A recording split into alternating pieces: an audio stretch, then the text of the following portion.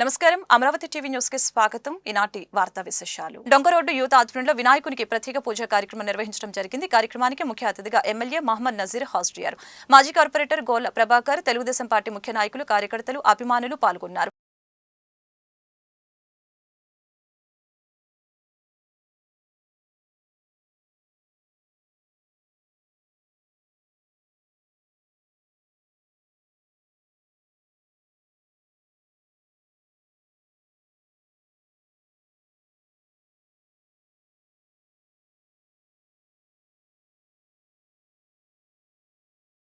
అమర్తులూరు మండలం అమర్తులూరు గ్రామంలో బాబు జగజీవన్ రావు విగ్రహ ఆవిష్కరణ కార్యక్రమం ఘనంగా జరిగింది. బాపట్ల ఎంపీ కృష్ణప్రసాద్, వేమూరు ఎమ్మెల్యే నక్క ఆనంద్ బాబు ముఖ్య అతిథులుగా హాజరై జగజీవన్ రావు విగ్రహాన్ని ఆవిష్కరించారు. వేమూరు నియోజకవర్గం పరిధిలోని టీడీపీ నాయకులు, దళిత సంఘాల ప్రతినిధులు, కార్యకర్తలు కార్యక్రమంలో తదితరులు పాల్గొన్నారు. ఈ సందర్భంగా ఎంపీ కృష్ణప్రసాద్, ఎమ్మెల్యే ఆనంద్ బాబు మాట్లాడారు. వర్ధంతి జయంతుల నాడు విగ్రహాలకి పూలమాలలు వేసి మర్చిపోకుండా వారి దగ్గర నుంచి స్ఫూర్తి నేర్చుకోవాలని తెలియజేశారు. ప్రధానంగా యువత ఆయన అడుగుజాడలో నడవాలని తెలిపారు. అంబేద్కర్ రాజ్యాంగాన్ని రాస్తే జగజీవన్ రామ్ సుదీర్ఘకాలం దాని పార్లమెంట్లో కాపాడుకుంటూ వచ్చారని తెలిపారు.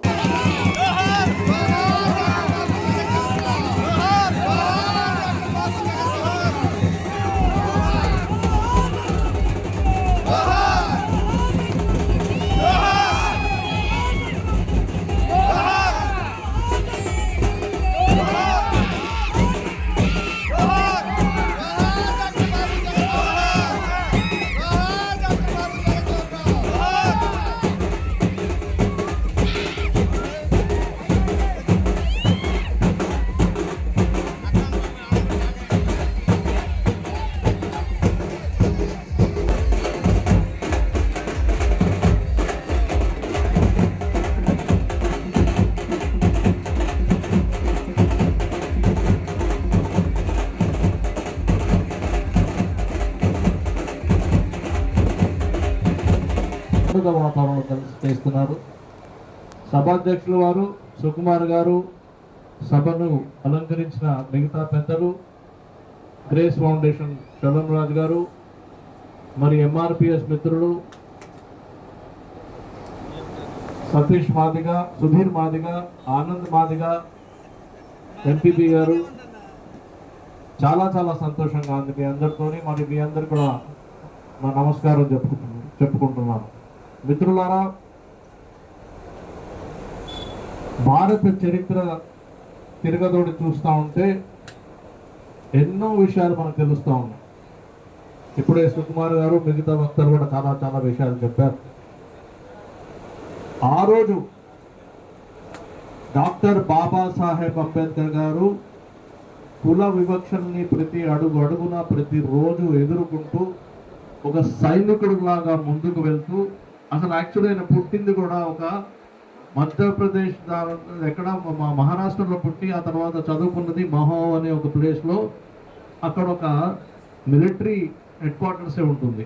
అక్కడ పెరిగారు ఆయన.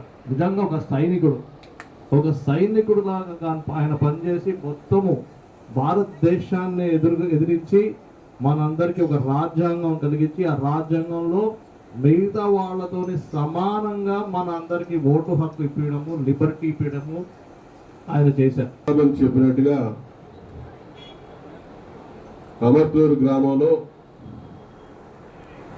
బాబు జగజీవన్ రావు గారి విగ్రహం ఈ ఓపెనింగ్ ఎప్పుడా అని ఎదురు చూసాం. ఆ రోజు రానే వచ్చింది. ఈరోజు ఈ పండుగ వాతావరణంలో కార్యక్రమాన్ని నిర్వహించుకున్నందుకు నిర్వాహకులందరినీ కూడా పేరు పేరుగా మనస్ఫూర్తిగా హృదయపూర్వక అభినందనలు తెలియజేస్తున్నా. ఎందుకంటే ఏదైనా కార్యక్రమం మరి ఇంత పెద్ద ఎత్తున చేయాలంటే మీరందరూ కూడా ఒక ఐకమత్యం, ఒక కమిట్మెంట్ కావాలి. అందులో మన గ్రామాల్లో, పల్లెల్లో సంబంధించి ఓ బృహత్తర కార్యక్రమానికి శ్రీకారం చుడితే అనేక అడ్డంకులు ఉంటాయి. వాటన్నిటిని కూడా అధిగమించి ఒక బ్రహ్మాండమైన కార్యక్రమం ఈరోజు చేశారు. దానికి చాలా సంతోషంగా ఉంది. విగ్రహం ఓపెన్ చేశాం. వర్ధంతి జయంతి ఘనంగా నిర్వహిస్తాం. ఆ రోజు విగ్రహాలకు దండలేస్తాం, ఆ తర్వాత మర్చిపోతుంటాం. దయచేసి ఆ పని చేయొద్దని చెప్పి నేను ఈ సందర్భంగా తెలియజేస్తున్నా. బాబు జగజీవన్ రావు గారు, డాక్టర్ బాబాసాహెబ్ అంబేద్కర్ గారు ఇటువంటి మహనీయుల యొక్క జీవితాల్ని మనం రోజు కూడా స్ఫురణకు తెచ్చుకోవాల్సిన అవసరం, ఆవశ్యకత ఉంది. ఈరోజు సమాజంలో గౌరవప్రదమైన జీవనం మనం కొనసాగిస్తున్నామంటే దానికి ప్రధాన కారణం ఈ నాయకులే. వాళ్ళు చేసిన త్యాగాల ఫలితం ఈరోజు మనం అనుభవిస్తూ ఉన్నాం. మనం కూడా త్యాగాలు చేస్తే మన పిల్లలు, వారి పిల్లలు ఇంకా మంచి భవిష్యత్తుతో ముందుకెళ్తారు. దాన్ని దృష్టిలో పెట్టుకొని మనందరం కూడా మసులుకోవాల్సిన అవసరం ఉంది. నేను చెప్పారు పెద్దలు చాలా మంది, డాక్టర్ బాబాసాహెబ్ అంబేద్కర్ ఇవాళ 140 కోట్ల జనాభా ఉన్నారు భారతదేశంలో. స్వాతంత్రం వచ్చినప్పుడు 60 కోట్ల మంది జనాభా. 60 కోట్ల జనాభాకి పరిపాలన చేసుకోవాలంటే ఒక రాజ్యాంగం తయారు చేసుకోవాలి. ఈ దేశానికి రాజ్యాంగం లేదు. రాజ్యాంగం తయారు చేయాలంటే ఎవరున్నారు ఈ దేశంలో అంటే దుర్పిడి స్థితికినా కూడా మరి ఆ రోజున అగ్రవర్ణాలలో పెద్ద పెద్దవాళ్ళు ఎవరు దొరకలా. అస్పృశ్యత, అంటరానితనం మీద కొట్టుమిట్టాడేటటువంటి జాతుల నుంచి వచ్చినటువంటి అంబేద్కర్ గారే ఆ రోజున అవసరమే. ఆర్థిక చేత ద్వారానే పేదరిక నిర్మూలన సాధ్యమని గుంటూరు తూర్పు ఎమ్మెల్యే మహమ్మద్ నజీర్ అహ్మద్ స్పష్టం చేశారు. ఆ దిశగా జాతీయ బ్యాంకులతో పాటు ప్రైవేటు బ్యాంకులు సామాన్యులకి, మహిళలకి రుణాలు ఇవ్వాల్సిన అవసరం ఎంతైనా ఉందని చెప్పారు. నంది వెలుగు cooperative credit society limited bank సేవలు గుంటూరు స్లమ్ ప్రాంత వాసులకి అందాలని ఆకాంక్షించారు. గుంటూరు బృందావన్ గార్డెన్స్, కుందల్ రోడ్లో నూతనంగా ఏర్పాటు చేసిన నంది వెలుగు cooperative credit society limited bank 5వ గుంటూరు నూతన శాఖ ఆదివారం ఘనంగా ప్రారంభించడం జరిగింది. ఈ కార్యక్రమంలో గుంటూరు తూర్పు ఎమ్మెల్యే నజీర్ అహ్మద్ పాల్గొన్నారు. ఈ సందర్భంగా ఆయన మీడియాతో మాట్లాడారు. నంది వెలుగు కోఆపరేటివ్ క్రెడిట్ సొసైటీ లిమిటెడ్ వార్షిక టర్నోవర్ 100 కోట్లకు దాటిందని పేర్కొన్నారు. డిపాజిట్లపై 12% వడ్డీ ఇస్తున్న ఏకైక బ్యాంక్ ఇదేనని వెల్లడించారు. కస్టమర్లకు అవసరమయ్యే mortgage loans, gold loans, business loans ఇక్కడ అందుబాటులో ఉన్నాయని వివరించారు. సమావేశంలో బ్యాంక్ చైర్మన్ తోట లక్ష్మీ కోటేశ్వరరావు పాల్గొన్నారు. మారుతున్న ప్రజల అవసరాలను బట్టి వారికి అందుబాటులో బ్యాంకింగ్ రంగాన్ని కూడా తీసుకొని వచ్చేటువంటి ఆలోచనతో 5 బ్రాంచీలు నడుపుతూ ఈరోజు గుంటూరులో నూతనంగా నంది వెలుగు mutually aided cooperative thrift credit society limited పేరుతో కోటేశ్వరరావు గారి సోదరులు తక్కువ కాలంలోనే దాదాపు 100 కోట్ల టర్నోవర్తో ముఖ్యంగా సామాన్య ప్రజలు, మధ్యతరగతి ప్రజలకు అవసరమైనటువంటి మార్టిగేజ్ లోన్స్ కానీ, హౌసింగ్ లోన్స్ కానీ, అలాగే వివిధ రకాలైనటువంటి లోన్స్తో పాటు ఆకర్షణీయంగా తక్కువ ₹1,00,000కి ₹1,000 వడ్డీ ఇచ్చేటువంటి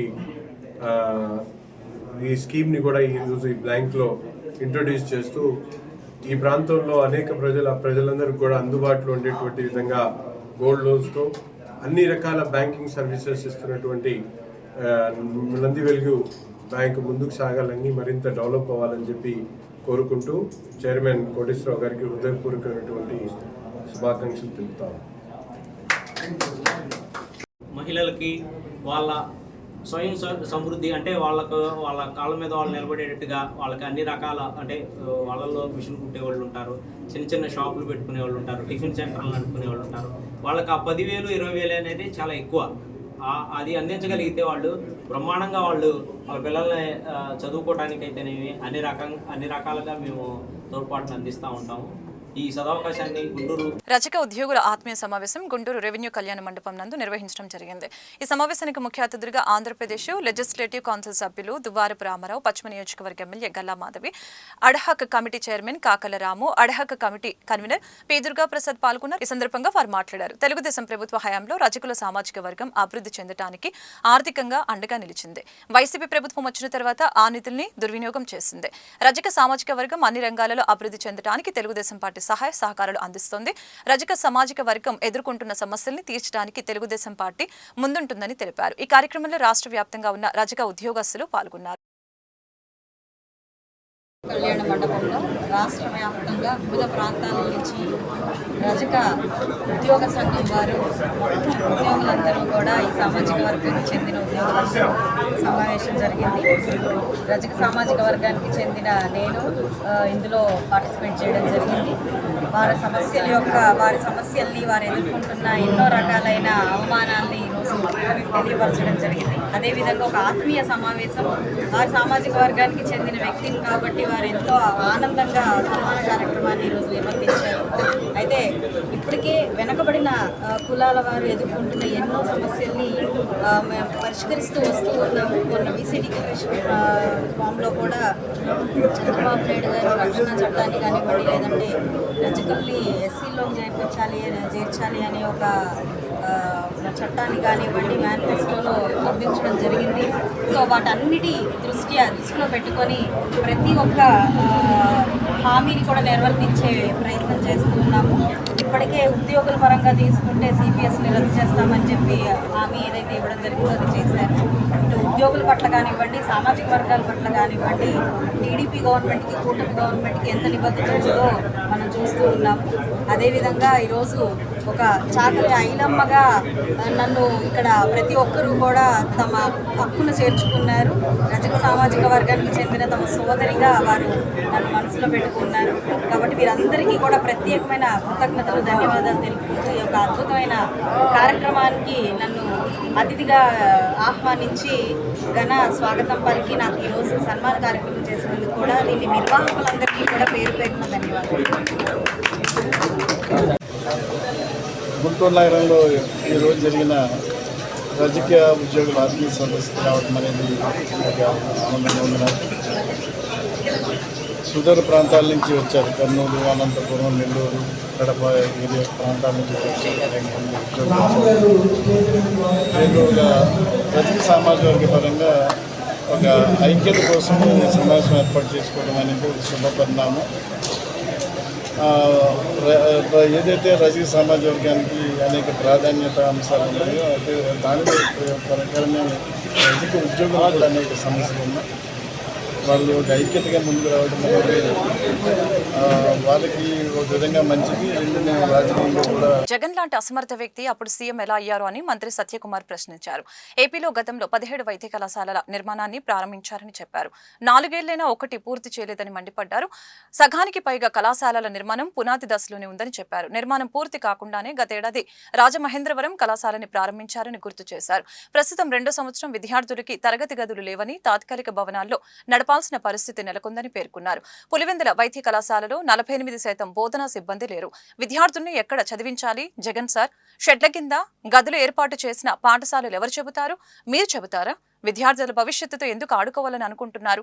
అసత్యాలు ప్రచారం చేస్తున్నారని 11 సీట్లు ఇచ్చారు. ప్రజాభిప్రాయాన్ని అర్థం చేసుకుని మారండి అని సత్యకుమార్ వివరించారు. అబ్బూరు మల్లి ఆధ్వర్యంలో విఘ్నేశ్వరుడికి ప్రత్యేక పూజ కార్యక్రమంలో ఎమ్మెల్యే గల్లా మాధవి, నజీర్, పెమ్మసాని రవి, కార్పొరేటర్లు, తెలుగుదేశం పార్టీ ముఖ్య నాయకులు పాల్గొన్నారు. అనంతరం పేదలకు అన్నదాన కార్యక్రమం జరిగింది. వందలాదిగా భక్తులు పాల్గొని స్వామివారి ఆశీస్సులు పొందారు.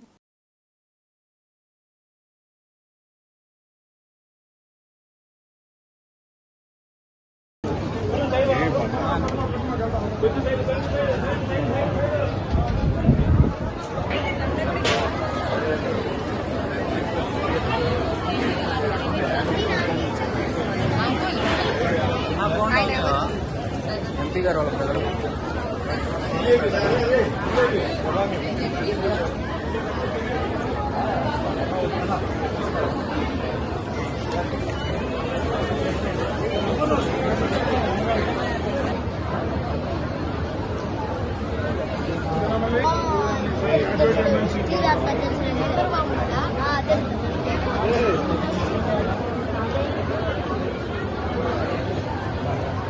ఆదివారం విజయవాడ సింగ్ నగర్ వరద బాధితుల సహాయార్థం గుంటూరు తెలుగు బాప్టిస్టు సంఘం ఆధ్వర్యంలో 400 కుటుంబాలకి సరిపడా నిత్యావసర వస్తువులతో వెళ్తున్న వాహనానికి నగర కమిషనర్ పులి శ్రీనివాసులు పచ్చజెండా ఊపి ప్రారంభించారు. ఈ మేరకు ఆయన మీడియాతో మాట్లాడారు. విజయవాడ వరద బాధితుల్ని రాష్ట్ర ప్రభుత్వం అన్ని విధాలుగా ఆదుకుంటుందని చెప్పారు. సర్వం కోల్పోయిన వరద బాధితులకి మానవత్వంతో సమాజం అండగా నిలబడాలని పిలుపునిచ్చారు. ఈ కార్యక్రమంలో తెలుగు బాప్టిస్టు సంఘం సభ్యులు Ravi Varma, Gabriel, Sunil, Sudheer, Alex, Nanarao, Bhushanam, Prasadarao, Chandrapal, Enoch, George తదితరులు పాల్గొన్నారు.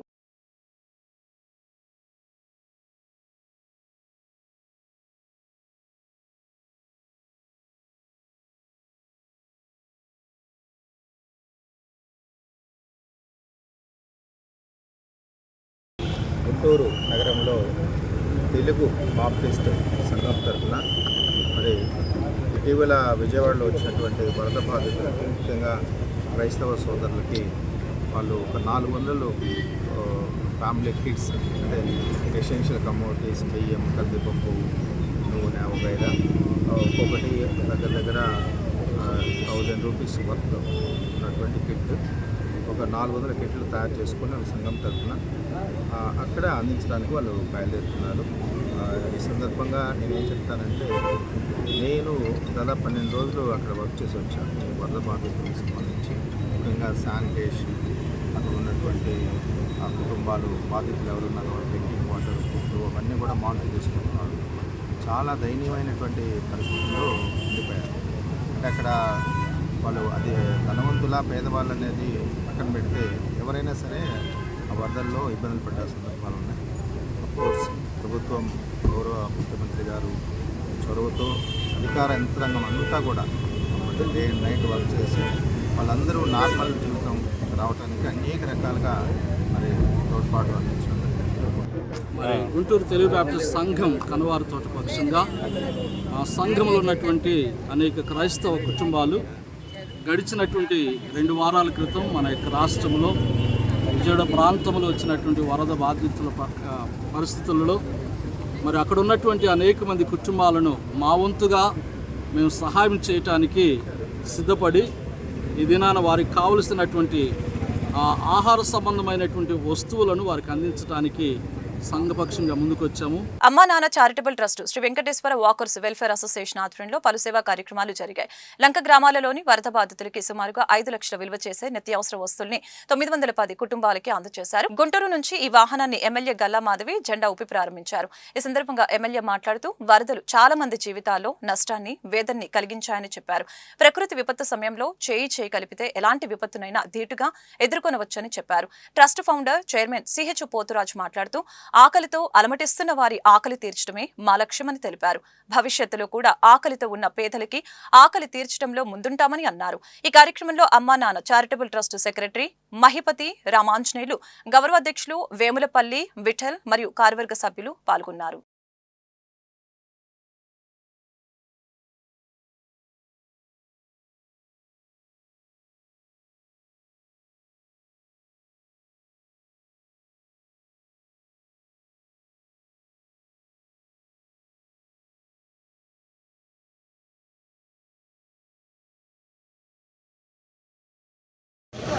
ఈ రోజున అమ్మా నాన్న చారిటబుల్ ట్రస్ట్ ఆధ్వర్యంలో ఇంత భారీ కార్యక్రమాన్ని చేపట్టిన పోతురాజు గారికి, రామాంజనేయులు గారికి, వాళ్ళ టీం మొత్తం అందరికీ నా ఉదయపూర్వక నమస్కారాలు తెలియజేస్తున్నాను. ఈ రోజున వరద బాధితులకి దెబ్బతిన్న ఏరియాలే కాకుండా ఈ రోజున లంక గ్రామాల్లో పొలాలు దెబ్బతిన్నాయి.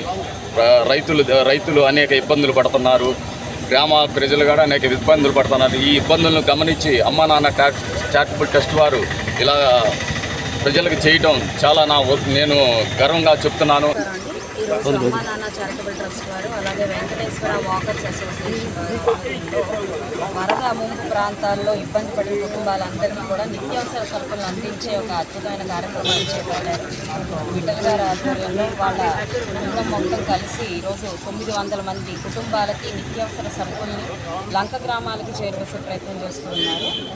ఈ వరదలు చాలామంది జీవితాల్లో చాలా నష్టాన్ని కలిగించాయి, వేదనని కలిగించాయి. పూర్తిగా వారందరి జీవితాన్ని మనం బాగు చేయలేకపోయినా ప్రతి ఒక్కరూ చేయగలిస్తే, వారికి ఆపన్న హస్తాన్ని అందిస్తే కాస్తైనా వాళ్ళు మెరుగుపడతారు, వాళ్ళ జీవన విధానం తొందరగానే బయటపడతారు అనే ఒక మంచి ఉద్దేశంలో ఈరోజు లంక గ్రామాలకి వీరందరూ కలిసి ఈ నిత్యావసర సరుకుల్ని పంపిణీ చేయడం జరిగింది. గుంటూరు నడింపల్లి వారి వీధి రైలుపేట ఎంఎస్ యూత్ ఆధ్వర్యంలో 8వ గణపతి మహోత్సవాలు అంగరంగ వైభవంగా కొనసాగుతున్నాయి. ఈ ఉత్సవాలలో భాగంగా ఆదివారం భారీ అన్నదాన కార్యక్రమం జరిగింది. ఈ కార్యక్రమంలో స్థానిక డివిజన్ కార్పొరేటర్ పోతురాజు సమత పాల్గొన్నారు. ఈ సందర్భంగా కార్పొరేటర్ సమత, మండవ శ్రీనివాసు, లక్ష్మీ భార్గవి మీడియాతో మాట్లాడారు. ప్రతి సంవత్సరం గణపతి మహోత్సవాలు ఘనంగా నిర్వహించుకుంటామని పేర్కొన్నారు.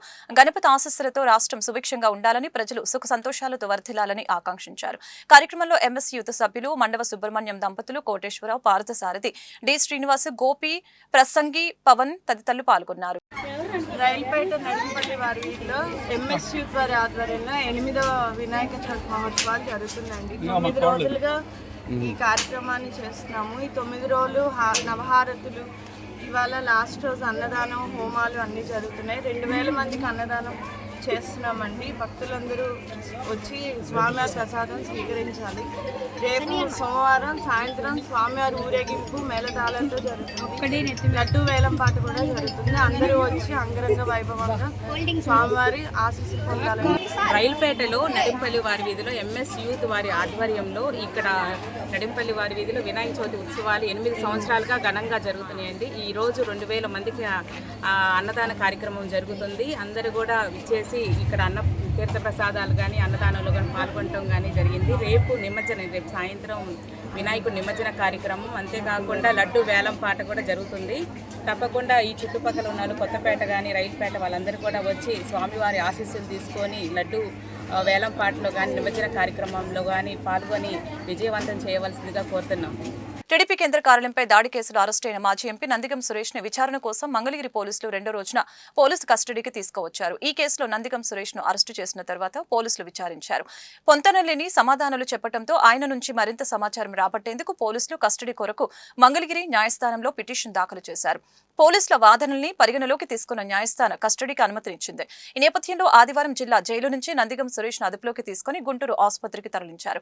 అక్కడ వైద్య పరీక్షలు నిర్వహించిన అనంతరం మంగళగిరికి తీసుకువచ్చారు. మంగళగిరి రూరల్ పోలీస్ స్టేషన్ లో ఆయనను విచారించనున్నారు. ఈ నెల 17 మధ్యాహ్నం 1 గంటకు జిల్లా జైలుకు తరలించనున్నారు. ఈ నేపథ్యంలో మంగళగిరి పోలీస్ స్టేషన్ వద్ద బందోబస్తు ఏర్పాటు చేశారు. ప్రకాశం బ్యారేజీ వద్ద 6వ రోజు భారీ పడవల తొలగింపు ప్రక్రియ కొనసాగుతుంది. నిపుణులు తీవ్రంగా శ్రమిస్తున్నారు. అబ్బుల బృందం ఇనుప రోప్లు కట్టి ప్రొక్లేనలతో బోట్లని లాగుతోంది. 3 రోజులుగా ప్రయత్నిస్తున్న బోటు 20 మీటర్లు మాత్రమే కదిలింది. అవి ఇసుకలో ఇరుక్కుపోవడంతో తొలగింపు ప్రక్రియ సంక్లిష్టంగా మారింది. ఇటీవల ప్రకాశం బ్యారేజీ వద్ద వరదకు ఎగువ నుంచి పడవలు కొట్టుకోవచ్చాయి. అవి 67, 68, 69 గేట్లను ఢీకొట్టాయి. దీంతో 2 గేట్లు దెబ్బతిన్నాయి. రాష్ట్ర ప్రభుత్వాన్ని అప్రతిష్ట పాలు చేసేందుకు ఉద్దేశపూర్వకంగా వైకాపా నాయకులు చేశారనే అనుమానాలు పలువురు మంత్రులు వ్యక్తం చేశారు. పోలీసులు ఈ కేసును ప్రతిష్టాత్మకంగా తీసుకున్నారు. ఈ వార్తలు ఇంతటితో సమాప్తం. మరొక బులెటిన్ మళ్ళీ కలుద్దాం. నమస్కారం.